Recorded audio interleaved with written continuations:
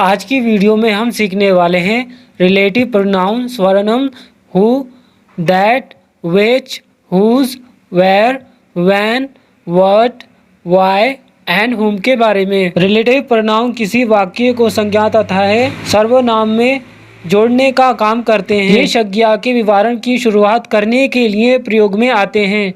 आमतौर पर प्रयोग में लिए जाने वाले रिलेटिव प्रोनाउन निम्न हैं। तो चलिए पहले सीखते हैं हु के बारे में और लेते हैं कुछ example. Know that girl who has a dog. क्या तुम उस लड़की को जानते हो जिसके पास कुत्ता है। यहाँ हु जिसके या जिन्हें रिलेटिव प्रोनाउन है। कुछ और सेंटेंस लेते हैं। They are the boys who won the hockey match. ये वो लड़के हैं जिन्होंने हॉकी मैच जीता। याद रखें, रिलेटिव प्रोनाउन हु का प्रयोग व्यक्तियों के लिए किया जाता है। कुछ और सेंटेंस लेते हैं। The boy who singing he is my brother. जो लड़का गा रहा है वो मेरा भाई है। दूसरा सेंटेंस लेते हैं। That girl who wearing colour dress is my sister. वो लड़की जिसने लाल कलर की ड्रेस पहनी है वो मेरी बहन है। दूसरा सेंटेंस लेते हैं। Look at the guy who has books. उस लड़के को देखो जिसके पास किताबें हैं। तो चलिए हो गए हु के कुछ यूज़। अब सीखते हैं विच का इस्तेमाल करना। विच कब यूज़ किया जाता है। कुछ सेंटेंस लेते हैं और समझते हैं विच के बारे में। I bought the car which was the best value for money. Meaning मैंने वो कार खरीदी जो सबसे किफ़ायती थी। और विच का इस्तेमाल वस्तु और जानवरों के लिए किया जाता है। I don't want a house which is too far from where I work. मुझे ऐसा घर नहीं चाहिए जो उस स्थान से दूर हो जहां मैं काम करता हूं। विच के अलावा आप चीज़ों और जानवरों के लिए दैट का भी इस्तेमाल कर सकते हैं। चलिए दैट के कुछ सेंटेंस लेते हैं। My friend has a dog that barks a lot. मेरे मित्र के पास एक कुत्ता है जो बहुत भौंकता है। I want a phone that is the best. मुझे ऐसा फ़ोन चाहिए जो सबसे बेहतर हो। I saw snake which is quite big. मैंने एक ऐसा सांप देखा जो काफ़ी बड़ा था। I bought a shampoo which is 50 ml।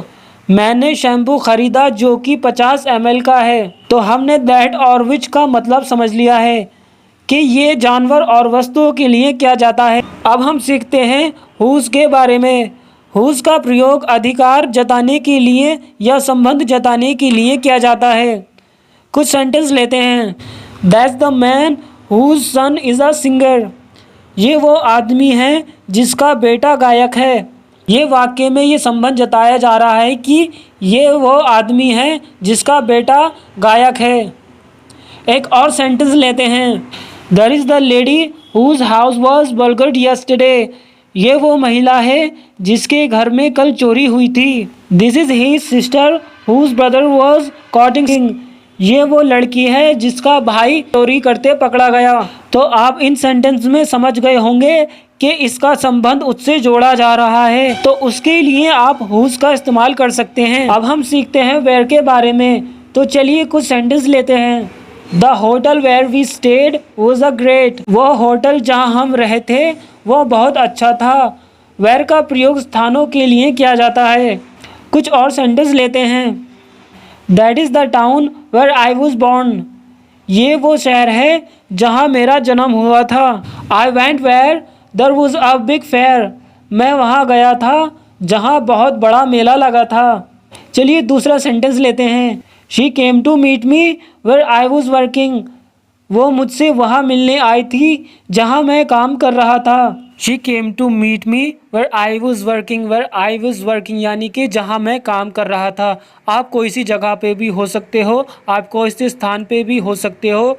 तो आप स्थान का जिक्र या नहीं करना चाहते तो आप कुछ इस तरह से कह सकते हो, जहाँ मैं काम कर रहा था, वेयर आई वॉज वर्किंग। तो चलिए अब हमने वेयर के बारे में भी सीख लिया। अब हम सीखते हैं व्हाट के बारे में। या हम कुछ इस तरह से कहते हैं। I couldn't really here what he was saying. मैं वास्तव में सुन नहीं सका कि वो क्या कह रहा था। रिलेटिव प्रोनाउन की जिक्र में व्हाट का प्रयोग होता है। That thing that.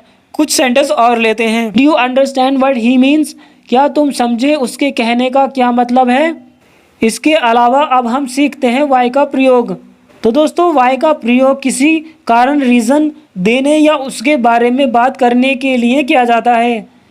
कुछ सेंटेंस लेते हैं। Nobody knows why they left, कोई नहीं जानता कि वो क्यों चले गए।